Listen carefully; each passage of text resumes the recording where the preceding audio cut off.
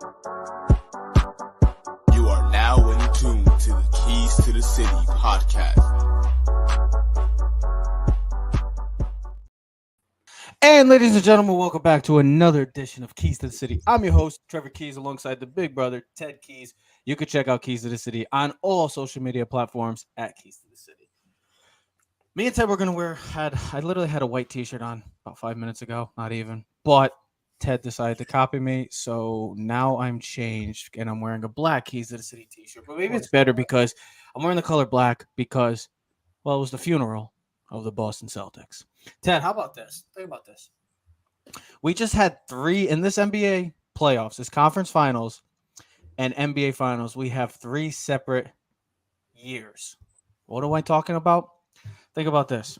We had the 2020 remake NBA conference finals. We just had. Now we're going to have the 1999 NBA finals.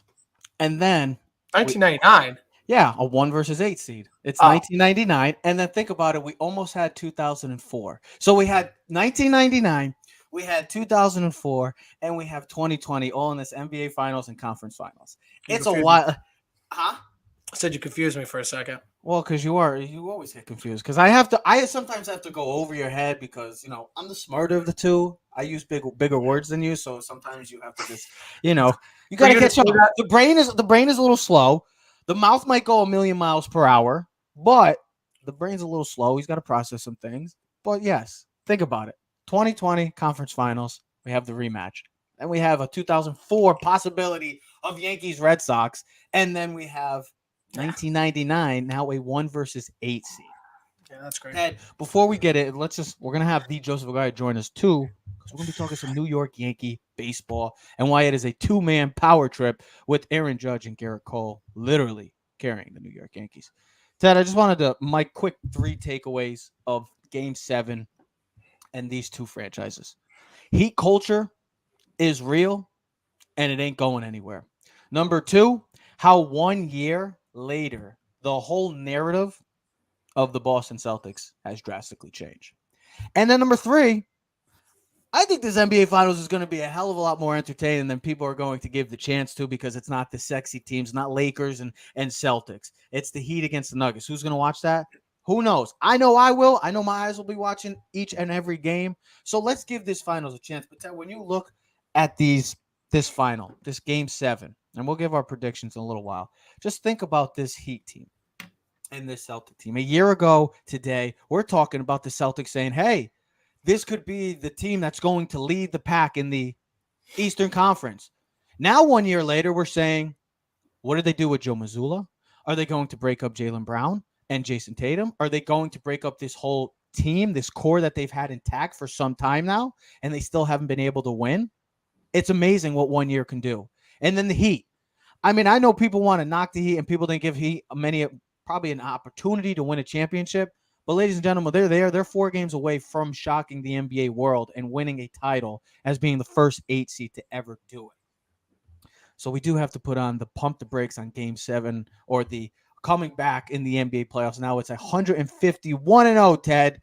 That teams that won the first 3 games. So Ted, your takeaways from last night, and we could just get into it, and then we'll be talking. Yeah, I mean, there was a bunch of things. So listen, I said to you this: Celtics should have never even been in Game 7.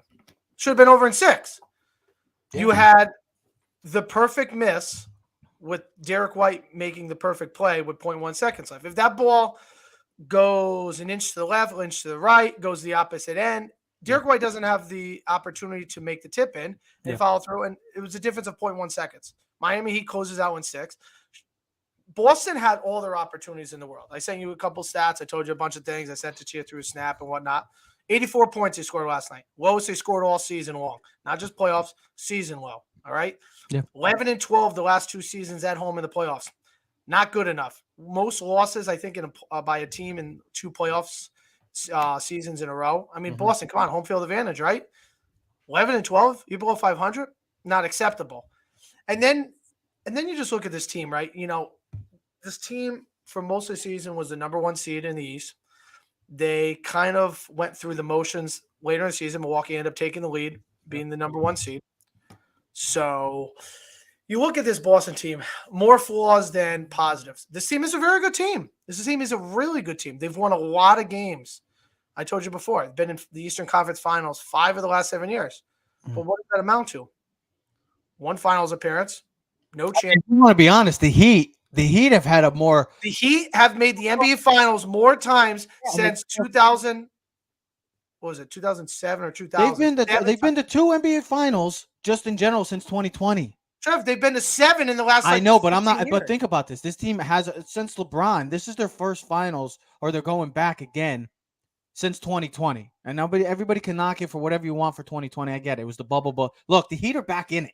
They were in the Eastern Conference last year. They were in the Eastern Conference in the Finals in 2020. So this team, did you know this, Ted? I looked this up because I was very curious. I always want to know about like a franchise overall. Do you know the Heat since 1999 have 5 losing seasons? Just 5 losing seasons. The years are 01 and 02, 02 and 03. Which 07 and 07 and 08 when they got the number 2 pick. They got Beasley that year. Then they had 14-15 and then 18-19. So this team, I know we always talk about like the Spurs of the days because they were always so consistent. They always won. But when you think about this Miami Heat team, they've won titles. I know it's been a little while since LeBron, but they've won titles and they don't lose. They don't have losing seasons, man. It just doesn't run in the franchise's blood.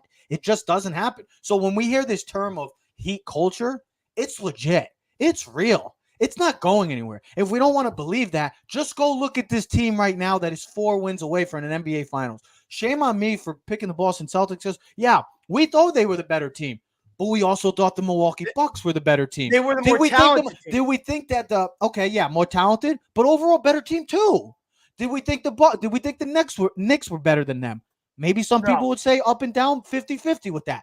But realistically, the 2 of the 3 matchups that they had this year, and it's going to be a third, they are going to be the less talented of the 2 teams playing in it. And guess what? That narrative, throw it out the window. Like I was just talking to Pete about the NBA logic of it's so easy to pick this finals because you think, oh, it's easy. The Nuggets are just going to go in. They're going to win 4 or 5. But then you just look at this Heat team right now, this Heat playoff run, and you're like, well, didn't we think that with the Bucks series? Didn't we think that with the Knicks? And we certainly thought this was the Celtics again. But here we are on June 30th. I'm getting excited. 1 more month and I get to see the fam. I can't wait. 1 more month. But when we think about it, we're sitting here on May 30th and the Miami Heat are now 4 wins away from an NBA championship. So what is the narrative? What is the logic of the NBA right now? Miami's got the dog in them. They got the dog in them. They got the ultimate dog in Jimmy. Yeah, like, how do I say this? And I try to reference it in this way. And I know this might not make sense, but like, Ted, anything you ever do say never makes sense. The Celtics are like the golden retriever. They're everyone's dog. Everyone loves them. Good dog.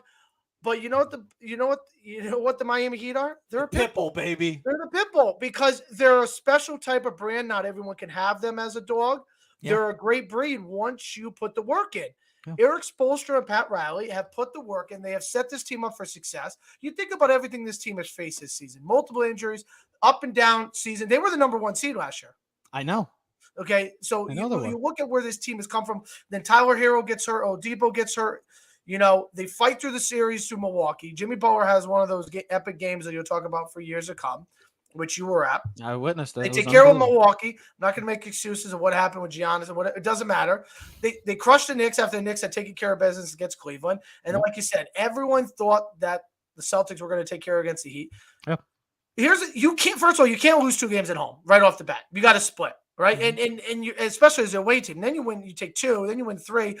This series was never even close. Okay, it should have been over in 6. The Celtics were not that good of a team. They didn't play like the better team. You know, and everything kind of, like sometimes when you read a book, the last chapter is supposed to sum it all up, put the whole story together. That's kind of what Game 7 was last night. Celtics, as good as they were overrated. And I think because we fall in love with this team because they were really good. Well, they just went to the finals last year. They're really talented. They had the depth. But here's what they didn't have. They didn't have Udoka. Okay, and as much as you want to blame Mazzulla, Udoka makes a difference because they had all those years with the previous coaches. And their defense didn't look the same this year. Okay, so they didn't do anything when, oh my God, I'm drawing a blank. Help me out with the former coach. Yeah, man, Udoka. So Steve, Brad Stevens, Stevens. the coach, Brad Stevens. he was supposed to be the savior. Didn't work out. He moves up to the GM. All right. Yep. Doku comes in, takes his team to the finals. He was the dog in them. He's the one that held them accountable. Mazzulla didn't have it in him. He's 34 years old, first time head coach. Just wasn't able to be accountable and to hold these guys accountable. They don't have the dog. You would say Marcus Smart. Marcus Smart's a nice, hard-nosed player. He isn't that guy, though. He isn't good enough. They don't have a legit point guard, a facilitator to get the offense in. I loved everything that the guy said last night. You listen, Charles, you start the game 0 for 12 from 3. What are you doing? Stop shooting. That right there should have showed you that, get inside. What are we doing? Why do we keep forcing third? But this is the Celtics team all year. This is like you. You love to shoot the three. You No, don't want to get down in the paint. No, I don't. What we do is settle for threes. Every time we play. There we go. Because I school. Because you know why? Because I school your ass every time. And you get so ticked off. You're like, how do you do it? You just don't miss. Dude, you stink. You're the mid-range guy, and I'm the guy that chucks it from third. So with that being said is, that you said last night, they live and die by the three. Well, they died by the three. But once in a while, you got your head out your ass and figure out this isn't working. Which is fascinating because they got guys they have guys that can get to the basket. Jason Tatum, one of the better, is a great ISO player. Jaylen Brown, someone to set up the offense like a James Harden. You already know what I said they should do. Here's the difference, and this is the perfect example why the Sixers could not get over, because they don't have the dog and they don't have the coach. Eric Spoelstra is the best coach in basketball. Jimmy Butler and Kyle Lowry and Bama Adebayo have a lot of bumps and bruises and war wounds, and they've been through the trenches before. They know how to fight, and that's why all those bench players, they are able to ride the sleigh right behind them and follow suit. They take their notes from those three guys.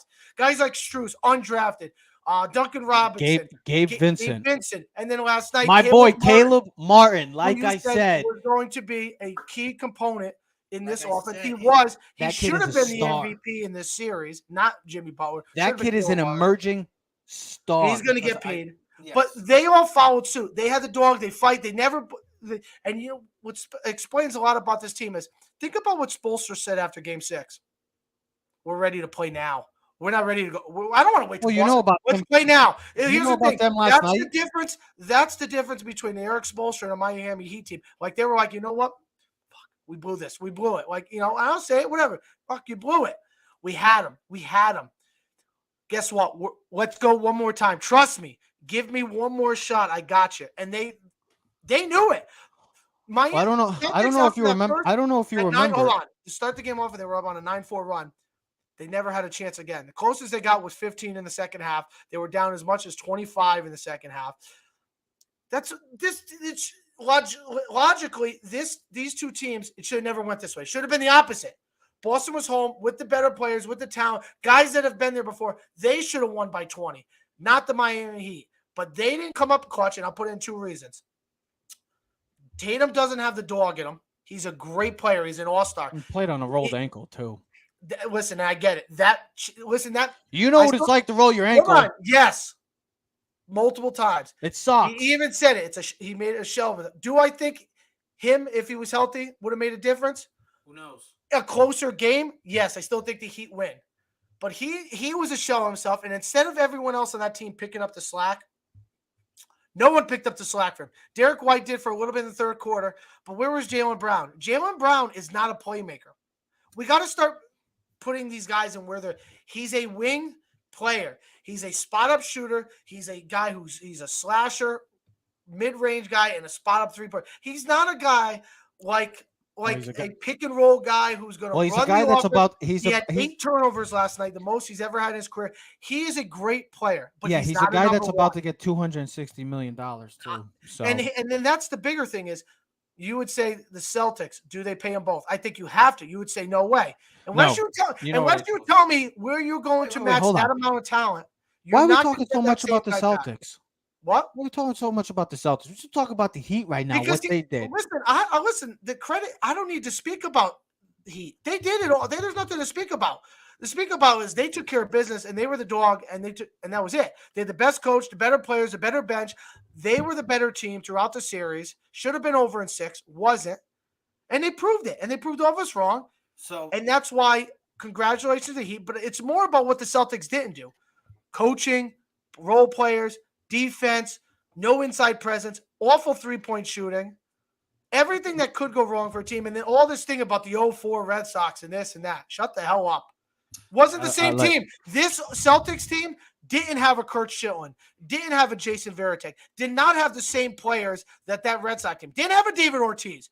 Sorry, didn't have that. Didn't have a Dave Roberts. They didn't have those guys. Where was it? Dave Roberts was Derek White in Game 6 for a half a second, but they didn't have the rest of the team. They didn't have a Terry Francona who held those guys accountable, they had the right formula at the right time. The Celtics team did not have the right formula. We were fooled in thinking they were a better team because if you think about it, they won Game 4.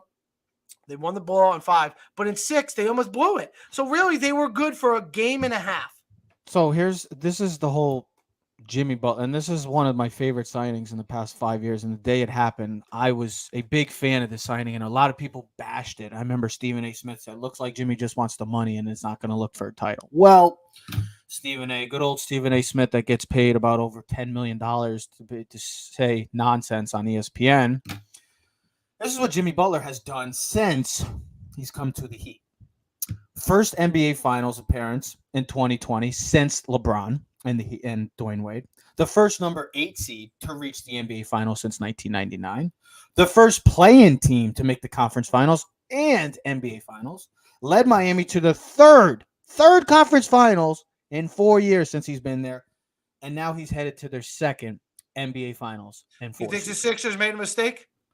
I think the Sixers, I think the Bulls, and I think the T-Wolves, there's a reason why those franchises haven't won in a long time. Immaturity. I don't care how much talent. Talent could go so far. We talk about this in the NFL. Baseball, we talk about it all the time. Talent could only take you so far. You got to have the heart, got to have the mentality, and you got to have the maturity. Jimmy Butler got knocked. He got knocked when he signed with the Heat. What's he getting now? He's getting praise. He's getting respect. Just like this whole Heat culture, this whole Heat franchise is well-deserving. I can't wait for Thursday. Before we bring on the Joseph Aguirre, I think it's only fair that we should talk quickly about the NBA Finals. So this is the first matchup since 1999 that we are getting a 1 versus 8 matchup. Similar like the hockey. Denver.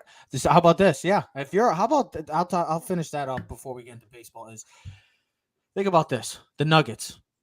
Very similar to the Spurs, too, if you think about it, that 99 team. And then you get the Heat, like the Knicks, tough, scrappy team. I mean, if history says it's going to be in 5 games because that's how 99 went. I don't see it going this way. I think this Heat team, man, they never say that. I know that they almost blew a 3-0 lead. They didn't, though. They went into Boston, hostile territory. All the momentum is pushed on Boston, and they already booked a flight last night to Denver because they weren't going home. It just shows the confidence that this Miami team has and their belief in themselves. I know people are going to go, the logic right now is, like I said, the Nuggets should win in 4 or 5. They're the better overall team. Well, guess what? That logic should have been thrown out when the Heat beat the Bucks, and then they ran right through the Eastern Conference. We all thought it was going to be the Bucks or Celtics coming out, right? No, the Miami Heat did it, and now they're 4 games away. They have all the right pieces. Caleb Martin, just keep playing the way he's doing, man, because he is playing himself into a big contract and a home for a long time. And I don't know if you found out how he got it from J. Cole. The way he got onto the Miami Heat was from J. Cole. That's how he became a Miami looks Heat. like J. Cole a little bit. Who, me? No, Caleb Martin. He's a great player. He's a stud. And why I say he's going to be another key component again. I mean, he was guarding Jaylen Brown and Jason Tatum nonstop. I think that he'd have a legitimate shot. I know people are going to say, "Oh, Jokic is going to be incredible. Jamal Murray's going to be great, and this Nugget team is so great." Well, here's the only thing How do you go against the Heat right now, man? Does it hurt? I think game 1. Okay, so they have to get one. The Nuggets probably win game 1 because here's the thing: they're going to have the most rest. They'll be ready to go. Yeah, you get that rust. Coming off a strenuous. Listen, Heater coming off a strenuous series, 7 games. Right? They're going to be going to Denver, where the altitude does play a factor. I think they does play a factor. Yeah. You know, in conditioning and whatnot. So my thought process, which who knows, play the opposite role, is having all the rest. Denver will come out fresher, ready to play, dominate game 1. Mm-hmm. Heat will regroup after game 1, and game 2 will be the pivotal game where the Heat will come back and probably win. Because now it's like, okay, now we got our legs under us. Or it could have the opposite effect. So what do you got? What do we got here? I think Nuggets in 6 or 7.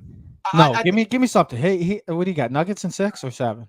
I'd be stupid to say 6, but listen. Here's Why my would thing. you? I would say the Nuggets why in would 6 because They unlike went what on the road? unlike what the Celtics do is that's a better team right now. The Nuggets, they are a tougher team. I like their coach Malone. I like Jamal Murray and Jokic. They have an actual inside presence, a guy who gets in the post, could be an Aaron Gordon, issue they for got Bam down in the post, Yeah. especially if he gets in foul trouble, Bam, because he don't have as much size and depth behind Bam Adebayo. Yeah. Sorry, it just says StreamYard lost access. Oh, it's okay. Keep going. Whatever. I think so we it got doesn't you matter. covered. We'll I be don't fine. really care. I think So we'll be fine. I think with Jokic present, if Jamal Murray can play like he did against the Lakers, that combo and the depth that they have, they have all the pieces Denver to win the whole thing. They have depth, they have size, they have defense, they have length, they have shooting, they have coaching. That's why I think they finish in 6, just because I think eventually the Bulls run is going. I'm at the Miami Heat kind of runs out, because I just think if the Celtics played up to their potential, they should have won, but they didn't. And I look at the series before and I'm like, I've been more impressed with Denver.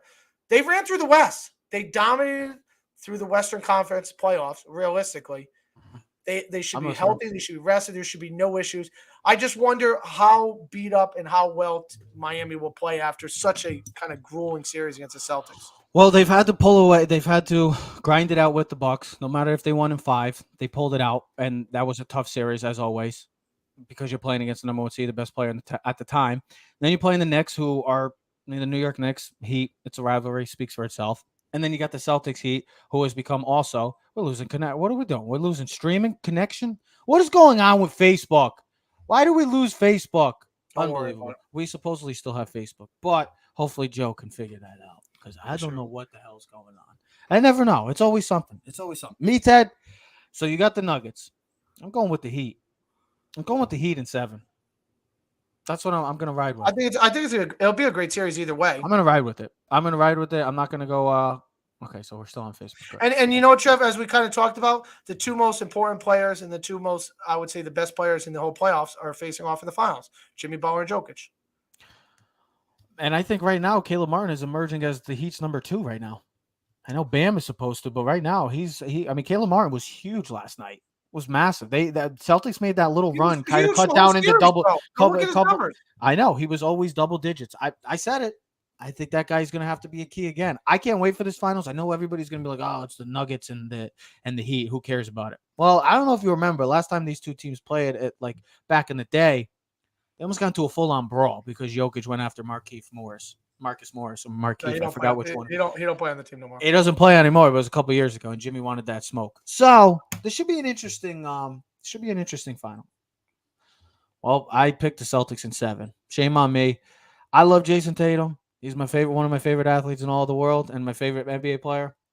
But I'm sorry, Celtics fans. When Boston loses, I'm a happy man.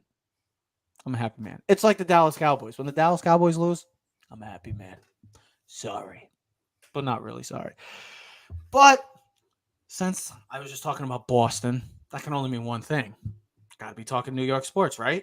And I can't wait to bring on the Joseph Guire, because now, hold on, we got to stretch it out. There we go. We got everybody on, because we bring back the 2 guys that doubted the Yankees, and I was sitting there and saying, you guys have no faith. But good old Trev is here to say that the New York Yankees are playing well. But really, are they playing well? Or is it just Aaron Judge? I was about to say Aaron Cole. Is it Aaron Judge and Gerrit Cole right now? Because right now, Aaron Judge, 62 might be in jeopardy.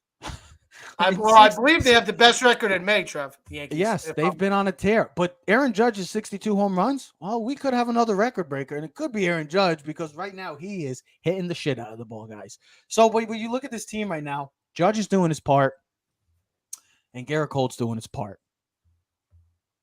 But where's everybody else? That's the problem, Joe. Where's everybody else? I know they're winning and they're finding ways to win, but it really looks like Aaron Judge is doing everything by himself, making plays out in the outfield, hitting the crap out of the ball, base hits, home runs. He's just on a tear right now, and is really, I think ever since people just are enamored with this Shohei Ohtani, Aaron Judge is like, hey, guys, don't forget about me. I still had 62 home runs last year. I was the AL MVP. I mean, I know what Ohtani can do. He's fantastic. He's unbelievable. But let's not knock 99 because he can't pitch. He does everything at an elite level. He's a solid base runner. He hits for power. He hits for average. He's a great fielder, one of the best right fielders in baseball. But because he's not a pitcher, he's going to get knocked. I mean, I don't care what anyone says. You could call me biased. Aaron Judge is the best player in baseball right now. Take it away, Yeah, Bill. listen, 302 batting average, 408 on base percentage, 679 slugging. The guy, as you said, does it all. I would be remiss if I didn't say shout out to Anthony Rizzo, who is playing like a stud. And he was one of those guys who we were hopeful when they got rid of the shift that and he's hitting over a 300. But really, other than him, no one is consistently delivered for this team. It's part of the reason Trevor Wyatt was so down on him. I said to you in the last show I was on with you, they had to play 750 baseball the rest of the way. They did that for like 10 days. Yeah. And that was fantastic. Obviously, the last couple of days have gone better than the previous couple of days, but I think that's what this team is going to be. They're 10 games over 500 right now. That's a good spot to be in. I think they can build off of that, and it doesn't really matter how. I also think, you're getting Josh Donaldson back. I know that doesn't give anybody cause for hype, but again, it'll stretch out this lineup. Giancarlo Stanton will be back soon. I think that'll only help. If Carlos Rodon shows up at some point and can pitch, Luis Severino looks spectacular of late. Obviously, Gerrit Cole having the year that Gerrit Cole is having, although his last 5 haven't been brilliant, but he's been fighting through his last 5 starts, still undefeated on the season, still has a pretty decent ERA despite a couple of rough outings. But again, I would rather Gerrit Cole have some outings like that and like tough through it, because that's the kind of stuff that you might expect against Tampa or Houston come playoff time. And again, my big concern right now, the Yankees are a half game up holding the second wild card. That's great. There's 6 teams hot on the Yankees trail. And here's the other thing that I don't think, and Ted, I'll give it to you in a second here, because I wasn't thinking about this last time. The Yankees schedule is balanced this year. It's not 19 games against the Rays and the Jays and the O's. I think they changed some of that up. I believe I saw that was something in one of the changes I think they did this year, which definitely helps the Yankees or anybody in the AL East, because let's just face the facts. We can knock the Red Sox. We can break stones about the Blue Jays. It's the best division of baseball. I was going to say football, but I mean, that's a given. I mean, from top to bottom, because here you could be the worst place team in this division, be the first place team in either Central Division. Yeah, they're all over 500. That's what we're speaking of, And when you start looking at the playoffs, you're looking at like, okay, I don't see the Orioles going anywhere. The Rays are probably not going anywhere, even though they just lost their closer again for an injury. They're dealing with some of their own problems right now. They've come back to life a little bit, but that division in itself is not going nowhere. We know that, right? The Blue Jays are always a tough matchup, and there's something definitely going on with the Yankees Blue Jays. I feel like that's been going on the past couple seasons. Like, it's starting to brew like the Yankees Red Sox, especially with Guerrero a couple years ago saying, I would never play for the Yankees and all this other kind of shit and whatnot. But there's no easy outs with the Orioles, like there were the past 5-6 seasons. Like the AL West, where now you got Oakland, which is honestly, bro, you're talking about historically bad. And the Angels, I feel bad for the A's, man. So, listen, I don't feel bad because that's they're so bad. Like, yeah, I get it. Like, get them out of there, then. But the owners have to vote on it. So here's the thing: me and Joe were down on the Yankees, but at the time, it was the right call. Say it again. Say it louder for the people. We said the Yankees were in a bad position. Now, here's the thing. Not me. Here's the thing. They've played probably the best. You two Utes are the ones. So shut up. You two Utes are the ones that did it. I would put it this way, and then Joe or whatever, we could take over and run with it. But the Yankees have played great baseball in the month of May. But if you still look at, there's still 6 games behind in the division, right? There's, like Joe said, they're second in the wild card. The Orioles, beat us in that series at home. So the Orioles are not going anywhere. The Rays are not going anywhere. You still got to play the division. You still got, here's what I would say with the Yankees, Travis. Thank God Cole and Judge are on the roll that they are. But this team is not going to make a dividend or a dent into the playoffs without guys like Carlos Rodon, without Giancarlo Stanton, without Donaldson. Do they? Let me ask you this. Let me ask you both right this. Now. It's Yeah. a great story right now, and they're playing great baseball. We can't expect Judge to keep this role. You got to expect a little nick or injury, maybe Cole. It's going to be hard for him to continue this throughout. But listen, since the beginning of last season, he's been the best player in baseball. Okay. Now, I would only say this. Go look at Ronald Acuna this year. He might be the best player in baseball this year, based on his numbers. Go look at his numbers. RBI is leading. He's leading everything, and the Braves are dominant once again.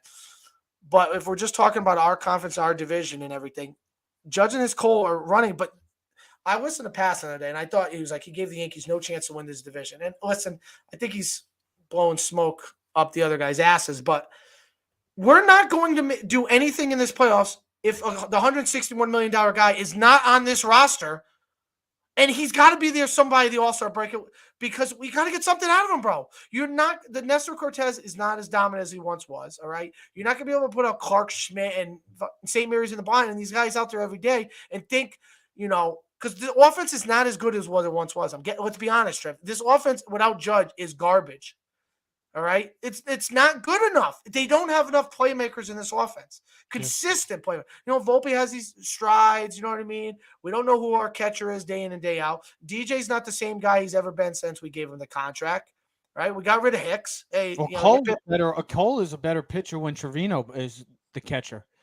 He has a better ERA. He has almost like a 6 ERA when Higgy's on behind the plate. You got to like where they're at. They're playing much better baseball. That's definitely a concern. Like from now on, that's like back in the day with the whole Sanchez thing with Cole, where he used I don't know if it was Romine. Who was it? Higgy or Romine? Was Romine there with Cole? Romine was there with Cole. Romine. I feel like Romine's been gone for a while, but like Romine, he has. Better that's what a while. Yeah, that's what Boone needs to figure out is you're gonna have to start Trevino with Cole because Cole is just a better overall pitcher. Well, I believe Trevino's out right now, bro. He was dealing with a hamstring injury, and the other thing he's dealing with injuries, but when he comes back, pitching also has to give more. Let me ask you this, right now they're going to wear out the bullpen by August. Let me ask you this, then, both. With the Yankees not having enough pieces, according to many people outside the baseball world, and even us, because we don't feel like this is a World Series. I mean, this is a team that has potential to win a World Series, but potential can also get you eliminated in the first round. This is the Boston Celtics. It's the same team we've seen the last 3 seasons. But this team has been this is literally the Boston Celtics. And they've literally had, I remember when the Celtics went to the Eastern Conference Finals with Tatum Brown in like his first year. We all thought high expectations. Kind of like the Yankees when they went in 17, had high expectations. They haven't really won anything. Neither franchise has won. They've gone to ALCS as an Eastern Conference Finals, and the Celtics have gone to a finals, but they haven't won anything. So when you look at this team right now, yes, they're playing well, but Judge is playing out of his mind, and you can't rely on Cole to always just Cole and Judge. So is there a move that the Yankees make, whether it's a back end of the bullpen guy, a closer, just a reliever, or is it a guy in the lineup because of the injuries that they've been dealing with? Because there is some glaring holes. They still need an outfielder. Yep. Bader's good. Bader is sure. Just keep Bader. Just extend him. Trev, listen, as you were saying that, my thought was this. Look, I think Rodon comes back. Your bullpen's been pitching really well night in and night out. And again, look at all the guys but that it still has its moments where But don't forget, that's how baseball works. That your bullpen doesn't come in every night and shut the other team down. It's impossible. So it's as good as it's going to get. If you want to add somebody to that, like an all-star closer, maybe there's one available come July. I think the Yankees situation as it stands right now is that the rotation is good enough, especially get Rodon back. I think the Yankees can continue to pitch well. Like Ted said, this offense is awful. And if you could pretty much tell how every game's going to go. Like if Judge doesn't hit, they don't win. It's as simple as that. The cool thing is you don't have to go out there and find a number 2 starter that's going to cost you an arm and a leg. You need, look, there's guys out there that are pending free agents whose teams are going to want to move them by July that won't cost you much in the way of prospects that will make an instant difference in this offense. So that's the good thing that what the Yankees need.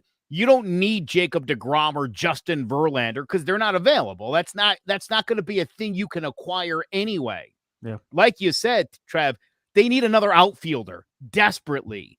Yeah. Hell, maybe a new third baseman. Like there's some things that they I could still believe add. that the Yankees should bring up Jason Dominguez at some point this year. Don't disagree with that. I think that's That very probably won't be a real. move until August when they extend the roster. That's fine. So, That's fine. But he should definitely get some again, you watch the way the Yankees wasted and then ultimately had to release Esteban Florial because they kept Hicks around for so long when easily you should have given that kid a shot. That's all I'm trying to say, Joe, is that he's not ready. Well, how come the Nationals say, let's bring up Juan Soto and he freaking turns into a stud? But how come it happens to those franchises? You don't know if a guy's ready until you throw him into the fire. And he's either going to sink or swim. Juan Soto could have easily at 19 been a failure. And I mean, dude, it happened to Mickey Mantle. And Mickey Mantle got sent back to the minors. And a month later, came back up.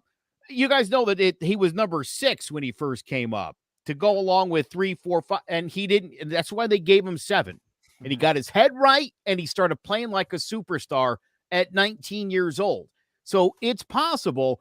You can't coddle these kids. I think at some point you say, look, we're going to commit to Jason Dominguez. You give him a solid month. You give him at-bats every single day, as many as you can, and you see where you're at. And if he needs more seasoning, and you'll know that pretty quickly, Teddy, you just send him back. Yeah, Trev, I think with the Dominguez thing, it's going to be harder because at that point in time, they're going to be fighting very hard to maintain or get into the playoffs with wild card position, or maybe the division. Don't you want the best 20? Don't you want the best 25? I don't think. 27 I'm going to be dead honest with you. Team? He could be more talented. They're going to take the veteran guy who's been there, done that, can handle the pressure. And you would say, well, why not give him the opportunity? This is not in the backyard. We're going to get free shots, and if it don't work, no big thing. This is like, I need guarantees. They have more trust in Higgy or Trevino going, listen, they've been there, done that. I'll take the less risk because that's what it comes down to. They'll get spot starts. Joe knows that. They'll get spot starts. They'll give them a bad 2, maybe a day here to give those guys an extra rest. But they're not going to get more than 2-3 days in a row. They just, unless something happens where like a Gary Sanchez, where he gets his opportunity, he streaks, and it's like, listen, you can't take him out because he's too good to take out right now. Like he is doing what you expect. I think Joe's 100% right. You got to, for these players to succeed, you got to just throw them. It's like teaching your kid how to swim. You just got to throw. You just got to throw them sometimes and see if it works.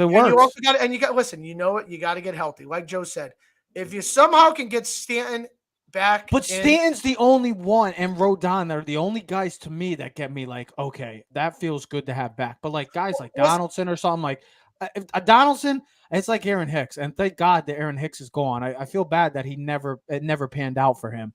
But like when Josh Donald comes back, it's like. Great. So we can just watch him and watch curveballs and fastballs go right by him. Oh, that's just what I want. But when Stanton and Rodon, if Rodon comes back, that's a whole different story. Do you know what thinking? Do you know what I just thought? I thought of a master plan of how the Yankees can help out their bullpen. You're going to love this. Just go to Kansas City. Call this guy. This guy named Aroldis Chapman. Bring him back. Do you see his stats this year? Yeah, phenomenal. 2.75 ERA, a WHIP of 1.37, yeah, no pressure, 32 Ks. You're playing in Kansas City, no one's watching. It does. Listen, it does help. It does help. It does help. He was incredibly successful in Cincinnati, and it's no surprise that he's doing outstanding. He had moments where he was so great with the Yankees, and then there were some moments that you're just like what the hell, man? Like the postseason, the home runs, and moments you're like, what the hell? It's a hard job, and I never saw Mariano Rivera made it look so easy. Joe, I've never seen a guy throwing 103 would have no sweat doing it. Joe, I've never seen a guy sweat so much after throwing one freaking pitch. Like Patrick Ewing. Trev, BM Bayou.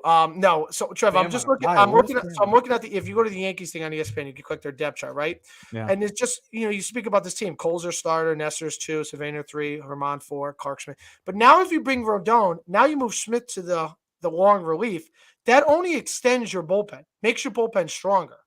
All right. he's not really a starter. He isn't. It's almost like, you know what he reminds me of, Joe? Romero Mendoza, where you could put him in. I liked and Mendoza. He'd give you 5 innings, but you could also put him in the bullpen and do it 7th inning. You could put him in when Mendoza was good. Have it in the 3rd Mendoza inning was solid. and go from the 4th to the 7th. But if the key for this Yankee team, if they're going to have any chance to get to the, I would say, NBA Finals, the World Series, is Carlos Rodon has to come back and he has to be something of what he was when they signed him. Because if he doesn't, they have no chance. Count out the World Series. Sorry, they don't have the good enough pitching and the team right now, and I don't think the Yankees are in any position right now to go. Oh, yeah, well, but it was never the pitching. You know what? They call the Padres and and say, you know what? Hey, Padres, guess what? Your team's falling apart. You guys are the biggest joke. You're not going to resign Machado. We'll take Machado for the last 3 months. Here's some prospects, and we'll put him at third base. I'm just using. Oh, you're trading Dominguez. No, I'm just joking that as a thing. But like, hey, we'll borrow like the Dodgers did. We'll borrow Machado for 2.5 months, put him at third base, and say, you know what? Now he's our 3, 4, 5 with Judge and Stan and that and Rizzo. And I want Tatis. Yankees like guys on steroids. But you understand what I'm saying? I don't see the Yankees doing something like that because that really hasn't been their. All right, so give me your GM mode. Whoa, what move would you make as if you're the Yankees GM right now? Teddy, what else do I got to give you for Machado? You want Dominguez? What else? Because I'm in. I'm interested. You wonder what they would ask for because I also wonder, like, the Padres. They want Aaron Judge. Well, here's the thing. I believe they went after him.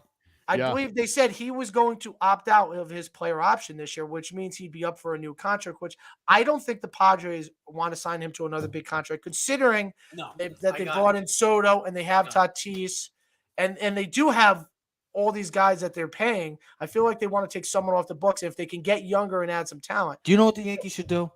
They should go after a third baseman, but they should go over to the NL Central, St. Louis Cardinals. Stop. After years and years of trying to push it, after years and years of pushing this damn message, it has to become a reality. Let's go get Nolan freaking Arenado. Which I'm shocked at how bad they are this season. That's what I'm saying. But they're still not going to trade him. They're going to trade a guy who's got to get more pieces. Go get rebuilt. Can you stop with your bullshit? But it's okay for Manny Machado. Oh yeah, but Manny Machado because Ted's so smart. Ted's so smart. Ted's always right. Do you understand the logic? He's not under contract for 5 more seasons. He's going to opt out of his player option. So if he's not going to resign with you, you trade him and you get assets. That's what the Yankees did when they didn't make the playoffs. They got released of Miller and Chapman, and that's how they got Gleyber Torres. And that's how they got other pieces. And then they brought the guys back. But that's what the Padres could do too. They're like, yeah, no problem. Borrow Machado for 2.5 months. We'll take this guy and that guy. And if we want, we'll sign Machado if we choose to. But guess what? We're out of the playoff contention. It ain't going to make a difference. We got to cut salary. Let's get younger. Let's rebuild for next season. In the meantime, Yankees put a third baseman like Manny Machado in the lineup and a solid Gold Glove. Sorry, Donaldson. Hit the bricks, kid. I can't believe it. I can't believe I'm just using him as an example, but the Nolan Arenado thing, he's under contract for 3 or 4 years. The Cardinals are not that type of team that are going to trade a guy like him. They'll trade like a Bader or someone who's closer to the end of the contract. They still believe in that they can win with Arenado and Goldschmidt as their key components on that team. That's not St. Louis's job, especially when he's under contract for multiple years. And I think if they did, the Yankees would have to give up more assets than they would ever want to give up. Because that's what they're going to say. You want him? Well, give me Dominguez. Screw it. You know what? Let's just go to Peraza. It's like give me Peraza. Let's just go to Anaheim. Let's go to Los Angeles and just call for Mike Trout. We'll just give him freaking Donaldson. You're so nonsense. So I started to bring this up before. Again, just in speaking of regards to Dominguez, Anthony Volpe looks to me like a Major League Baseball player. The numbers are not there. He's hitting 198. It's his first 50 games. I'm not worried about it because he looks like a Major League Baseball player. Yeah. Jake Bauers is also getting a ton of at-bats. Just hit his third home run of the year. He's he got a nice little pop in the bat. But to what Ted said before, I want my 25 or my 26 best or whatever the number is now. If Jason Dominguez, because you don't pull off a trade between now and the deadline in July, if Jason Dominguez is raking at Somerset or Yeah. in Scranton or wherever, I want him on the roster if he's absolutely raking. And again, where you're like, don't rush a kid. No, I got it. But Anthony Volpe, and I love that they're doing this. I love that I mean, they could have sent him back to the minors. Not at all. They could have done it. No, because he's struggling. I don't. You know what? No. They're gonna ride that ship. And I'm glad they didn't. Oh, I am too. Because it's 50 games. Like all of a sudden, I get it. He's one of the highly touted prospects in the Yankees farm. Again, listen, a 198 batting average makes you think, if you're just looking at the numbers, you're like, kid's overmatched. First year in the major leagues, facing different type of pitching. My point is, though, do you feel like Anthony Volpe is overmatched? No. Because I don't, right? He's learning each and every day. He's trying to absolutely. The numbers, batting average wise, definitely aren't there. On base percentage. He makes plays in the field with his legs. He's a key component. So even if you don't trust him enough in the field on certain things, he's a viable source to get on the bases, make things happen, steal base. And he's not letting the bat average affect the other things. Sort of like you just saw with Aaron Hicks, where suddenly you couldn't even say, well, the defense, because that was out the window. He walks a lot. Well, now he's just striking out every at bat. So again, I think that. Listen, if the Yankees can't pull off a trade for a star outfielder, I don't mean superstar, but it's somebody better than Greg Allen. It's funny hearing how many Yankee fans are like, Matt Carpenter. And it's like, if you looked at his numbers, it's not going great in San Diego. Whatever happened last year is kind of out the window for him. I do think you got to get an outfielder that's starting on another team. And is putting up decent numbers. And again, right, I could probably get you a list of those in an hour. You know who I would love for the Yankees to go after, but I know it won't happen because he would cost a lot. I'd love for them to go over to Chicago White Sox and ask for Luis Robert. Because they're awful, the White Sox, and I thought they were going to be a team that was going to compete, but they're awful, and he's one of the better young players in the game. I know he plays center field, but having a guy like that, just having a competent left fielder would be nice. Because you got Bader, you got Judge. If you get Dominguez, I've been on the Dominguez train. I wish Cabrera was more consistent. Who? Oswaldo Cabrera. Yeah. I haven't really heard much of him this year. Like what's happened to him? Well, he plays everywhere. That's the thing, though. Again, this is why having a utility like a Ben Zobrist type. Right, that's you thought that was with DJ. Fascinated. Well, again, listen. No, this guy plays everything. He plays outfield. He plays first, second, third. It's hard to play a different defensive position every other night and consistently, especially when you're a young guy who's still kind of learning the league. You're just never comfortable, and I think that's a tough spot for him to be in. It really is. DJ LeMahieu, by the way, not a Ben Zobrist type. He is a Gold Glove winning second baseman. I'm so tired of everybody that wants to play DJ at third, DJ at first. Shut up! Gold Glove winner at second base. Didn't Ted say he wanted him at first and baseman in New York? Joe, yell at Stop Ted. with this Glaber crap. Yell at Ted. He was like, "Yeah, we could put DJ at third base." Only if we can get Rizzo.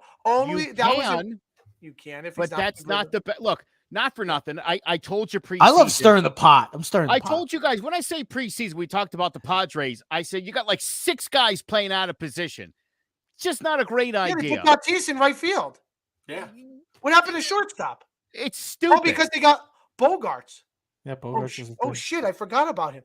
We all right. But again, they got so many people. Dude, we think, major leaguer, he could play anywhere. It's like, I'm sure he could. Do you want to play Arenado at short? Right? Nolan Arenado is a shortstop, probably not as awesome at third.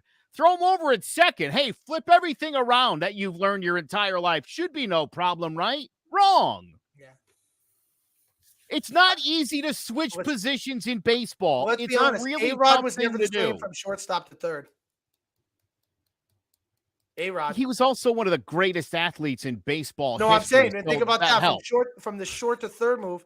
Remember, it's like he forgot how to throw the ball across the diamond. Shortstop. When you've been doing something your whole life, And they're like, now do it like 15 feet further that way. Tebow, go be a tight end. It's okay. Yeah. You're a physical guy. You're a big dude. You'll just truck people. Like, what makes you think that guy that used to throw the football can catch it in traffic? Yeah. What? And then go block a DN or a linebacker. Right. Yeah. Okay. Lamar Those Jackson, are go not play similar receiver. skill sets. Yeah, Lamar, go play receiver. Don't worry. Don't play quarterback. I'm just saying, yeah, the Yankees have been playing well, and Cole's been great. Judge has been great. But for them to, I don't know what to expect because it's the same thing. It looks like the same team on paper, and it's like I don't know what to expect if they make the playoffs because everything has been anything but just a World Series appearance. I mean, they've been to the divisional round, they've been to the wild card round, they've been to the ALCS. They just haven't been to a World Series. I don't know if it takes drastic changes for them to get to that point. Or do they just make minor changes like they've had over the past years and hope that, hey, these guys will be true contributors to us and we'll be okay? It's like, I mean, how much longer can you deal with that going forward? Play the Dodgers. Do you remember when the Yankees got David Justice? Yeah. That was the 90s, Joe, though. I understand that. And so, right, look, there's some precedent. It's been a long while since the Yankees acquired a major slugger in the middle of a season. That he might be it. Is things in terms of superstar, all-star players, when's the last time the Yankees added one mid-season? I'm trying to think. I don't know. Again, it's a better spot to be in. Greg Vaughn, did you say? Remember Greg Vaughn in that one good season for the Padres? Yeah, that might be it. That might be the guy. I was trying to think. I was just like laughing, just running through my head because I was just also reading. Orioles are thinking about bringing in Hicks because Mullins is dealing with a groin injury. But isn't it a much better spot to be in to need an outfielder? To start pitcher, yes, because again, you get him. I think you still. I think the to pitching is still the top priority because you're banking on Rodon to come back at some point this year. The pitching has been fine currently. The offense needs to score more. Oh, again, listen, Frankie Montas, and I know he's been garbage, but he was supposed to be one of these five and Rodon the other. And you take those out, and it's like to be 33 and 23 at this point without those two big. I mean, that's wow. That's like some Tampa Bay Rays kind of stuff. They got the Dodgers this weekend. Home or what? Oh, they're on the road. Was that Sunday Night Baseball? Friday, Saturday, Sunday. Maybe There's Seattle for 3 and then the Dodgers for 3. So, oh man, baseball's gonna have. Oh, is the finals on Sunday too? Good luck to baseball. Probably Thursday. Probably Thursday. Well, Thursday's the finals. They'll probably do Thursday, Sunday because they need 2 days of rest between a basketball game. Yankees definitely need to just figure something out. Whether they have to make some sort of splash move. That's all I'm hoping for. Some sort of splash move. I don't know what that means because if you're going to make a big splash move, you're going to be willing to give up some sort of Thursday, Sunday. Sunday. 8 o'clock. Sounds good. I'll be watching both. Don't care. The Yankees got to figure out if it's a left fielder or a pitcher. The pitching has been good in the postseason in the past. It hasn't been the problem the postseason. It's been clutch hitting. It's been just the hitting. Now, maybe that's a guy they just go get for average or because do we need another guy that hits for pop? I don't know. Because we tried that with Joey Galloway. I don't know why I was going to say Joey Galloway. But Joey Gallo, and look how that turned out. I said Joey Callow. I said Joey Callow. Dead. Joey Gallo's dead. That's all I'm trying to say is that the last time we went to go try to get a big slugger, and I remember the day. Oh, there's your slugger, Joey Gallo. You guys were so happy when that happened. You guys were so happy when that happened. I just want you to know that when you guys agree, and I'm by myself, I usually win, and I'm usually right. So I remember the day that the Yankees traded for Joey Gallo. You guys were so ecstatic. I'm like, it's the same thing the New York Yankees have, but it's just a worse version. Ted. And I was right. I was right. Ted, you can't sit here and say it was in New York. Yeah, Ted. Literally, I just said, when's the last time the Yankees traded midseason for a superstar outfielder? And it's like, oh, Joey Gallo, but I guess Joey Gallo doesn't qualify because he was so terrible, dude. That's the other thing. They could have used you. They could have used you in your wiffle ball bat. Maybe. I'm just saying. Listen, it's so easy to criticize Brian Cashman right? Goes out, gets Sonny Gray. Sonny Gray's awful. Cashman's an idiot. And then Sonny Gray's got like a 1.35 ERA this year. And the last 3 seasons, he's been one of the stud right-handers in all of baseball. Is that Brian Cashman's fault that he brings a Joey Gallo in and he hits a $170 over 162 games and then you move on? Then he goes to Minnesota. In Minnesota, he's dominating. You hear the fan going, "Where was that for New York?" Then you got Chapman, who's pitching great in Kansas City. Don't worry, Aaron Hicks gonna go to Baltimore. He's gonna hit like 350. Or you sign Carlos Rendon, and he's the star pitcher in the free agency, and he doesn't even pitch 1 inning for you because he's dealing with whatever. Yeah, but when there's a point in time that you start saying, "Okay, maybe I shouldn't make moves like this." But you were the ones that wanted. Well, you just said, "Let's go get Arenado. Let's go get this guy." You know, I've been wanting Arenado for years. I just want Arenado. They don't make moves, and then they make moves. The guy doesn't pan out. It's like, what an idiot! They're not the moves I like. It's like if we knew the future and how they would pan out, you wouldn't make the move, or you wouldn't. Although to be fair, last year I told Trevor, I'm like, dude, Louis Montas is as good as Louis Castillo. Yeah, I remember that. You're wrong again, Henry.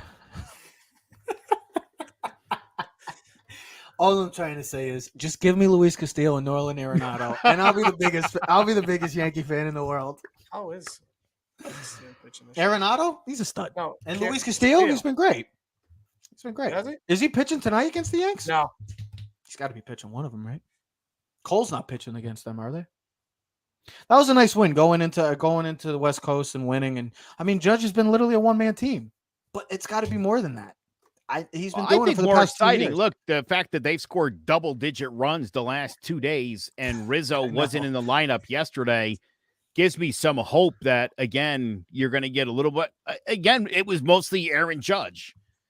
So, yeah. 4-2, 2.69 ERA, 76 Ks, a whip under 1. That's Luis Castillo. That's a stud. They might not have like 20 wins, but that's also because he pitches for Seattle too, though. Could be Yankees. Well, I got the Heat in 7. Ted's got the Nuggets in 6. Before we sign off, he doesn't even know this. We're going to wish a happy birthday to our Joseph Aguirre's daughter, Kaylee, on her 20th birthday. As Joseph didn't even know. Aren't you so sweet? You don't want to laugh. It's her 20th birthday, and I've been referring to her as my 20-year-old for like the last 6 months because I knew finally there. Yeah, well, I said to her the other day, I'm like, hey, 21st birthday, dude. Like, and she's like, nope. I said it so many times. I've called her 20 leading. I thought she was. Take her out to a bar and tell her that she's 21. Yeah, I'm sure she'd like that.